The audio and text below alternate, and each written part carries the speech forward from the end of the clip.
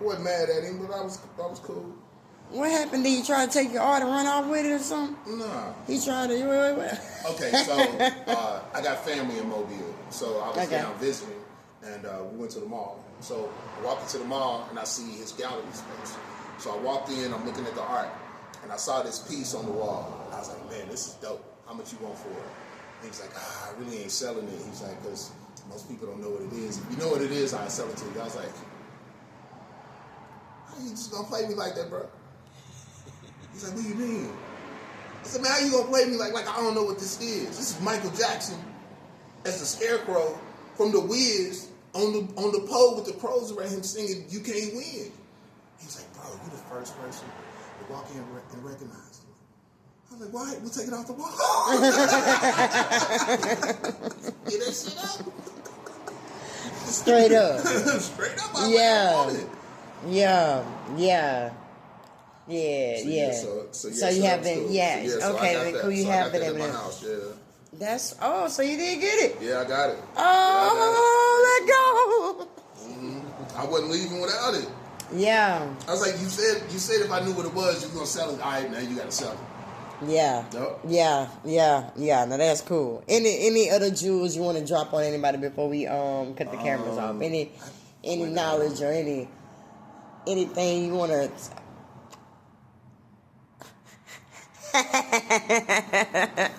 Anything you want to drop out to the game and let the people know? You feel me? They definitely are affiliated. Definitely locked in. You feel me? I had to have it. I had to. Man, after you go to right, but man, you don't even know what you're looking at.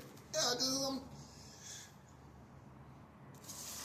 Now that's what I'm talking about. Any other jewels you want to drop for the new artists that's to come? Any piece be still needs to be out here.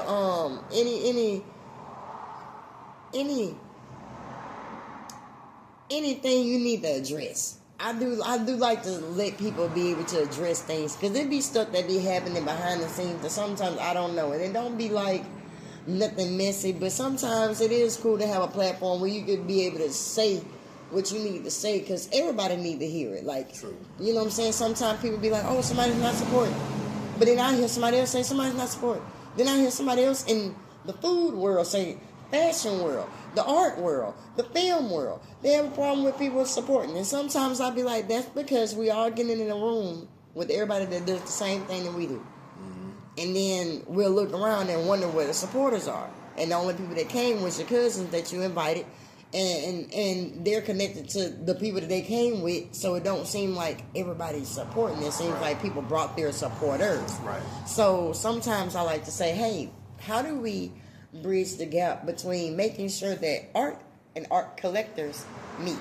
People that love music, the listeners, not the rappers, not us being a room full of the people that do the same thing as us, because then that becomes difficult to try to market your brand in a room full of the people that's marketing their brand. We're just all in a big networking marketing thing. We haven't flipped it over to open up what we're marketing to other people. I think one of the reasons why for that is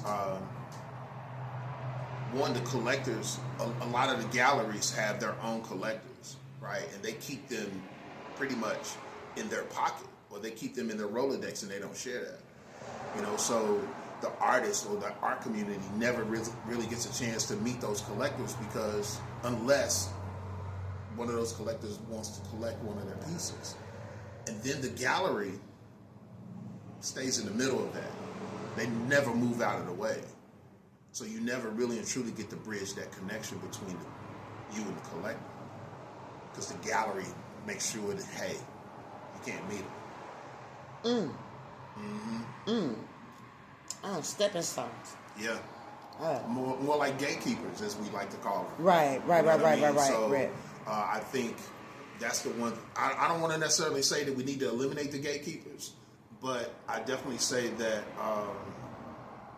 the collectors need to be a little bit more willing to actually tap in with the artists themselves instead of just the gallery owners. I mean, because even in that transaction, the gallery wants a cut.